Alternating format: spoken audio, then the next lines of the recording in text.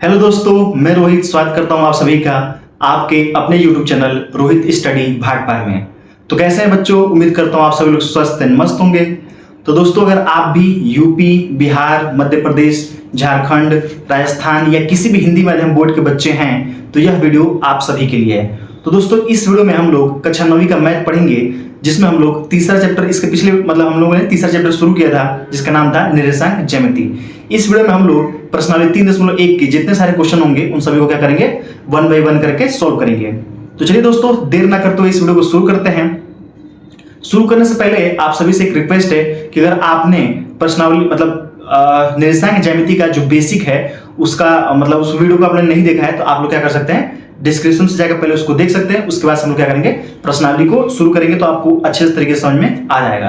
तो चलिए दोस्तों, आप सभी अपना रफ पेन और एनसीईआरटी की बुक खोल लीजिए और मेरे साथ प्रश्नों को हल करना शुरू कीजिए। ठीक है दोस्तों, तो चलिए आप सभी को मैं लेकर चलता हूं अपने कॉपी पे, जहां पर हम लोग इस प्रश्नावली के जितने सारे क्वेश्चन होंगे उन सभी को क्या करेंगे, हल करेंगे। तो दोस्तों, हम लोग आ चुके अपने कॉपी पे। यहाँ पे हम लोग कक्षा 9वीं का मैथ पढ़ेंगे जिसका अध्याय 3 पढ़ रहे थे।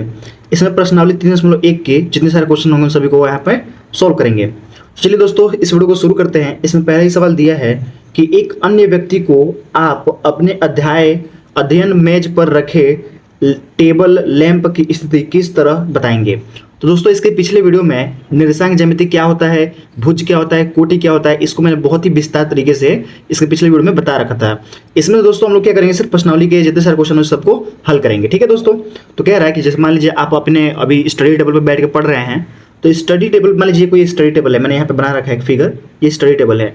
तो स्टडी टेबल पे कोई एक लैंप रखा है, तो मान लीजिए यहाँ पे आप बैठ के पढ़ते हैं, यहाँ पे आप बैठते हैं और यहाँ से बैठ के पढ़ते हैं, या फिर यहाँ पे पढ़ते होंगे, बीच में कहीं बैठ के पढ़ते होंगे। तो ये स्टडी टेबल है, यहाँ पे कोई लैंप लगाए हैं एक, यहाँ पे मान लेते हम लोग यहाँ पे अपने क्या रखा है, एक लैंप रखा है। ये क्या है, हमारा लैंप है। ठीक है, तो यहाँ पर आप लैंप लगा के क्या कर रहे हैं, अपना स्टडी कर रहे हैं। तो इसमें ये कह रहा है कि आप किसी दूसरे व्यक्ति को यानी कि अपने दोस्त को इस लैंप की स्थिति क्या बताएंगे। तब क्या बताएंगे, तो मान लीजिए यहाँ से और यहाँ से ये वाला हमारा क्या हो गया, एक इस लाइन को आगे थोड़ा बढ़ाएंगे तो हमारे एक्स अक्ष हो गया, एक्स अक्ष। और इस वाले को हम लोग क्या कहेंगे, वाई अक्ष। इंग्लिश में इसको बोलते हैं वाई एक्सिस और इसको बोलते हैं इसको बोलेंगे एक्स एक्सिस। ठीक है, तो इसका एक्स एक्सिस नाम है, इसका वाई एक्सिस नाम है। तो मान लीजिए जो टेबल है, इसके पिछले वीडियो में बताया था किसी बिंदु का निर्देशांक ज्ञात करने के लिए कैसे बताएंगे। तो अब क्या करेंगे, यहाँ से इसका दूरी लेंगे इस वाले रेखा से, यानी कि वाई अक्ष से इसकी दूरी कितनी है और एक्स अक्ष से कितनी दूरी है, आप लोग इसका जो ये लैंप है इसकी स्थिति आप लोग बता सकते हैं। ठीक है, तो चलिए मान लीजिए मैं यहाँ से एक स्केल ले लेता हूँ। स्केल से अगर इसको नापेंगे, यहाँ से दूरी कितनी है, तो लगभग कितनी है, ये है देखिए, यहाँ से 1 सेंटीमीटर, 2 सेंटीमीटर, 3 सेंटीमीटर, यानी कि ये जो है, ये जो दूरी है, ये वाली जो दूरी है, ये दूरी हमारी है 3 सेंटीमीटर। और इधर से अगर नापते हैं वाई एक्सिस से, तो देखिए वाई एक्सिस से नापेंगे यहाँ से, तो 4 से यहाँ से देखिए, अगर यहाँ से वाई एक्सिस से नापेंगे तो कितना है लगभग, तो यहाँ पे है लगभग 2 सेंटीमीटर। देखिए यहाँ से यहाँ 1 और ये 2, तो इसको यहाँ से एक और लाइन खींच देंगे। ठीक है, तो अब हम लोग क्या कह सकते हैं, हम लोग ये कहेंगे कि यहाँ से है 2 सेंटीमीटर दूरी और यहाँ से कितना है 3 सेंटीमीटर। तो आप अपने दोस्त को बताएंगे कि देखो जो लैंप है ना, जो मेरी लैंप है, उसको अपने दोस्त से क्या बताएंगे, जो ये लैंप है वो वाई एक्सिस से 2 सेंटीमीटर दूरी पे है और एक्स एक्सिस से 3 सेंटीमीटर की दूरी पे है। तो ये क्या हो जाएगा, हमारा वाई जो लैंप है इसका निर्देशांक ज्ञात हो जाएगा। तो हम क्या बताएंगे, यहाँ पे आप लोग यहाँ पे लिखेंगे, बोलेंगे कि वाई अक्ष से लैंप 2 सेंटीमीटर दूर है तथा एक्स एक्सिस से, यानी कि एक्स अक्ष से 3 सेंटीमीटर दूरी पर स्थित है। और ये हमारा क्या हो जाएगा, ये हमारा आंसर हो जाएगा। अगर आप चाहें तो लैंप का ये जो लैंप है इसका निर्देशांक भी लिख सकते हैं। तो जो लैंप का निर्देशांक क्या होगा, लैंप का निर्देशांक, जो अगर आप लैंप का निर्देशांक लिखेंगे तो क्या लिख सकते हैं, तो मैंने बताया था लैंप के निर्देशांक के लिए क्या होता है, पहले हम लिखते हैं भुज और फिर लिखते हैं कोटि। तो भुज क्या होता है, तो मैंने पिछले वीडियो में बताया था कि भुज जो होता है वो एक्स अक्ष पे चली गई दूरी होता है, उसको बोलते हैं भुज। और जो कोटि होता है वहाँ क्या होता है, एक्स अक्ष पे चली गई हमारी दूरी होती है। तो एक्स अक्ष पे कितना चले हैं, तो देखिए यहाँ से इस वाले ये जो एक्स अक्ष है इस पे हम लोग कितना गए हैं, कितनी दूरी गए हैं, तो यहाँ से हम लोग गए हैं कितना सेंटीमीटर, 2 सेंटीमीटर। तो ये जगह 2 और कामा वाई अक्ष पे कितना गए हैं, तो यहाँ से अगर जाएंगे ये दूरी कितनी है, 3 सेंटीमीटर। तो ये हो जाएगा हमारा 3, और ये हमारा क्या हो जाएगा, निर्देशांक, इस लैंप का निर्देशांक हो जाएगा 2,3। 2 का मतलब क्या है, एक्स अक्ष पे 2 चलिए 2 कदम, ये 2 सेंटीमीटर, यानी यहाँ से ये जो है ये हमारा क्या है, और मूल बिंदु है, इसको हम लोग बोलते हैं जीरो, और इसको हमने बताया था इसको बोलते हैं मूल बिंदु। ठीक है, तो जो मूल बिंदु है, मूल बिंदु से आप कितना जाएंगे, 2 सेंटीमीटर एक्स पे, तो ये हो गया एक्स वाला, और फिर वाई पे कितना जाएंगे, 3 सेंटीमीटर, ये हो जाएगा 3।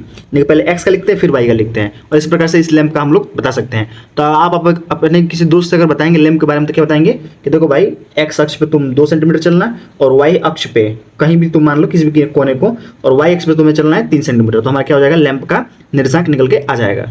ठीक है, चलिए आई होप दोस्तों ये पहला क्वेश्चन आपको बहुत अच्छे तरीके से समझ में आ गया होगा। चलिए क्वेश्चन में इसमें दूसरा देखते हैं।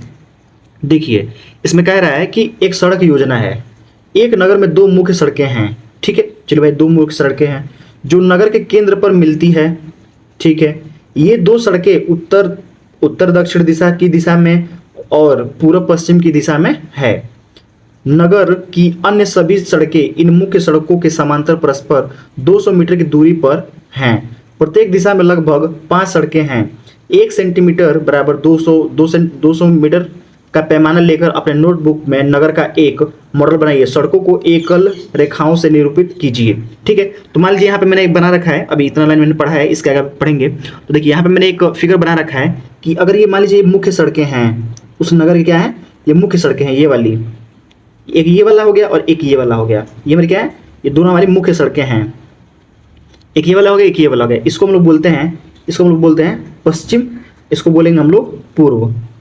देखिए नगर का पूर्व दिशा है और ये पश्चिम दिशा है, इसको बोलेंगे दक्षिण, और इसको बोलेंगे हम लोग उत्तर, इसको हम लोग बोलते हैं उत्तर दिशा है। तो ये वाला हमारा उत्तर दिशा हो गया, ये हमारा दक्षिण और ये पश्चिम, और ये हमारा क्या हो जाएगा, ये हो जाएगा हमारा पूर्व। तो ये दोनों मेन सड़कें हैं, और इस 2 मेन सड़कों से हर 200 मीटर पे, यानी कि 1 सेंटीमीटर पे एक ये वाला रोड गया है, एक ये वाला गया है, एक ये वाला, एक ये वाला, एक ये वाला, ऐसा करके है।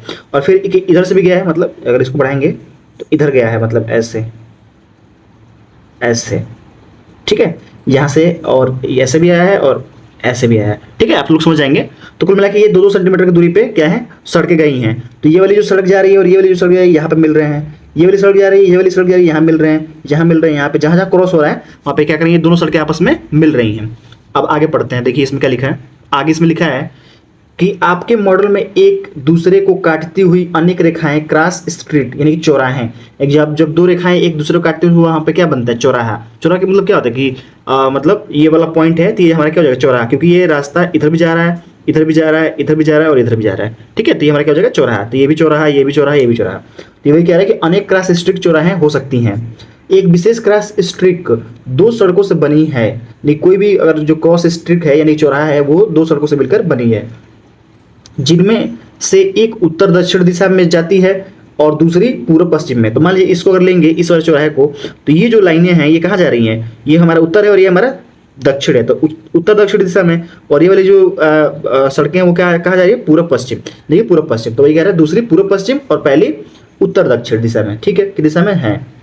प्रत्येक क्रॉस स्ट्रीट का निर्देशांक इस प्रकार ज्ञात किया जा सकता है कि यदि दूसरी सड़क, यानी कि दूसरी सड़क, यहाँ से अगर हम सड़क लेते हैं यहाँ से, तो हमारा मान लेते हैं, इसको ओरिजिन मान लेते हैं, इसको हम मान लेते हैं मूल बिंदु यानी कि 0। ये वाली कौन सी सड़क है, ये 1 नंबर वाली सड़क है, ये 2 है, फिर ये 3 है ये वाली, और ये वाली कितनी है, चौथी सड़क है, ये 5वीं, ये 6वीं, 7वीं और ये 8वीं। ऐसे इसको ऊपर जाएंगे तो ये पहली सड़क है, ये दूसरी सड़क है, ये वाली तीसरी सड़क है, ये वाली चौथी है और ये वाली 5वीं है। इस तरीके से सड़क का हमने नाम कर लिया। तो कह रहा है यदि दूसरी सड़क उत्तर दक्षिण दिशा में जाती है, उत्तर दक्षिण दिशा में क्या आती है, दूसरी सड़क जाती है, तो दूसरी सड़क कौन सी है, ये वाला, ये किधर जा रही है, तो उत्तर दक्षिण दिशा। इधर उत्तर है और ये हमारे नीचे क्या है, दक्षिण। ठीक है, दिख रहा है ना आपको, ऊपर है उत्तर और नीचे है दक्षिण। तो दूसरी सड़क यानी कि दूसरी सड़क हो गई ये। उसके आगे क्या कह रहा है, दूसरी सड़क उत्तर दक्षिण दिशा में जा रही है और पांचवी सड़क पूर्व पश्चिम दिशा में जा रही है, और पांचवी सड़क किधर जा रही है, पूर्व पश्चिम दिशा में। तो पूर्व पश्चिम वाली दिशा कौन सी है, ये इधर पश्चिम है, इधर पूर्व है, तो पांचवी सड़क तो ये वाली हो गई। तो दूसरी ये वाली और पांचवी ये वाली, यानी कि इस चौराहे की बात कर रहा है, इस वाले का। अब अगर आप देखेंगे तो कौन सी ये चौराहे हो गए, तो ये ऊपर उत्तर और दक्षिण जाने वाली दूसरी सड़क है, पहली दूसरी, और पूर्व पश्चिम जाने वाली कौन सी सड़क है, पांचवी, पहला दूसरा तीसरा चौथा पांचवी सड़क ये है। तो इसमें वही कह रहा है कि दूसरी सड़क उत्तर दक्षिण दिशा में जाती है और पांचवी सड़क पूर्व पश्चिम दिशा में जाती है, और यह एक क्रॉसिंग पर मिलती है, यानी कि इस क्रॉसिंग पर मिलते हैं। जब इस क्रॉस को हम लोग इस स्ट्रीट को हम लोग क्या लिख सकते हैं, 2,5 कहेंगे। तो आपको पता ही था इसे, मतलब ये पता ही है कि एक्स अक्ष पे चली गई दूरी और वाई अक्ष पे चली गई दूरी, इसका निर्देशांक लिख सकते हैं। तो इसका अगर निर्देशांक लिखेंगे इस वाले बिंदु का, तो हम क्या करेंगे, एक्स अक्ष पे चली गई दूरी तो कितना एक्स पे गए हैं, तो यहाँ से 1 फिर 2, यही है ना ये वाला, तो क्या है 2, तो हम लोग गए हैं 2, कामा वाई पे कितना गए हैं, तो 1 2 3 4 5, तो हम लोग गए हैं 2,5। तो ये कह रहा है कि 2,5 कहेंगे। इसी परंपरा से यह ज्ञात कीजिए कि कितनी क्रॉस स्ट्रीटों को 4,3 माना जा सकता है और कितनी क्रॉस स्ट्रीटों को 3,4 माना जा सकता है। ये तो प्रश्न था। अब क्वेश्चन मतलब ये तो पूरा प्रश्न का बैकग्राउंड था। ये प्रश्न पहला पूछ रहा है और दूसरा ये पूछ रहा है कि 4,3 को 4,3 और 3,4 माना जा सकता है कितनी स्ट्रीटों को। तो स्ट्रीट का मतलब क्या है, जो ये प्लस पॉइंट है इन सब चीज़ों को।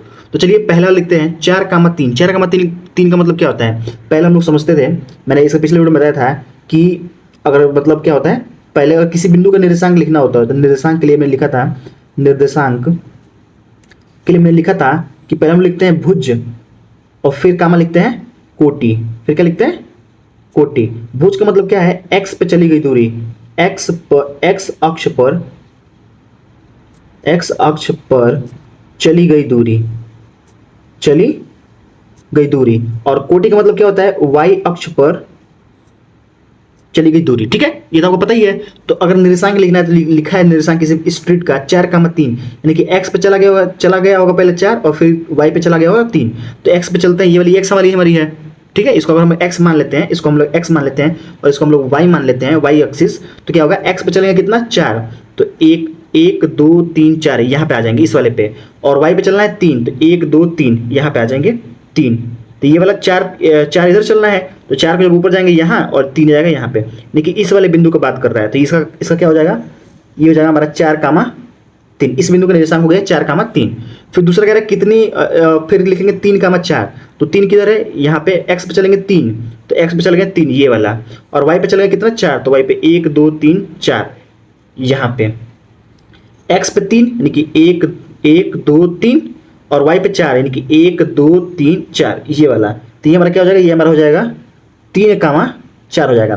तो अभी बताइए कि 4,3 कहीं और भी दर्शा सकते हैं क्या, कहीं और दर्शा सकते हैं, तो आप बोलेंगे कि नहीं, केवल एक बार ही निरूपित कर सकते हैं। तो पहले सवाल का आंसर हो जाएगा केवल एक बार, क्या कहते हैं पूरे उसमें केवल एक बार। और दूसरा क्वेश्चन है कि 3,4 को, तो 3,4 इसको और कहीं लिख सकते हैं, तो नहीं लिख सकते हैं। क्यों नहीं लिख सकते हैं भाई, अगर यहाँ पे लिखते हैं तो ये क्या हमारा हो जाएगा, वाई पे 6 चलेंगे, अगर मतलब इस बिंदु को मैं कह रहा हूँ, तो वाई पे 6 और मतलब एक्स पे 6 और वाई पे कितना 1, तो इसका क्या हो जाएगा 6,1 ये हो जाएगा। तो ये तो नहीं हो रहा है, तो ये कभी हो ही नहीं पाएगा, यानी केवल एक बार। तो इसका भी क्या होगा, केवल एक बार, दोनों का केवल एक बार आंसर हो जाएगा, और ये हमारा क्या हो जाएगा आंसर। देखिए हमें क्या करना था, देखिए एक ये गांव की सड़क है, इसको मैंने बता दिया है, कह रहे इसको दर्शाइए, तो हमने इसको दर्शा दिया, इसको दर्शाइए, इसको दर्शा दिया, कह रहे इसको कहीं और भी दर्शाया जा सकता है क्या, तो आप लोग सीधे सीधे बोल सकते हैं कि नहीं, और कहीं नहीं दर्शाया जा सकता है। ठीक दोस्तों, तो दोस्तों यहीं पे प्रश्नावली 3.1 समाप्त होता है। मिलते हैं नेक्स्ट वीडियो में, जिसमें हम लोग प्रश्नावली 3.2 को सॉल्व करेंगे। तो आई होप दोस्तों आपको इस प्रश्नावली के जितने सारे क्वेश्चन हैं और जितने सारे कॉन्सेप्ट हैं वो बहुत ही बेहतरीन तरीके से समझ में आ गया होगा। अगर दोस्तों आपको किसी भी प्रकार का कोई भी क्वेश्चन में अगर किसी भी प्रकार का डाउट है तो आप लोग कमेंट कर सकते हैं, उसका जवाब मैं जरूर से जरूर दूंगा। ठीक है दोस्तों, तो चलिए मिलते हैं नेक्स्ट वीडियो में, जिसमें हम लोग प्रश्नावली 3.2 के जितने सारे क्वेश्चन होंगे, जितने सारे कॉन्सेप्ट होंगे, उनको 1 बाय 1 करके सॉल्व करेंगे। तब तक के लिए धन्यवाद। जय हिंद।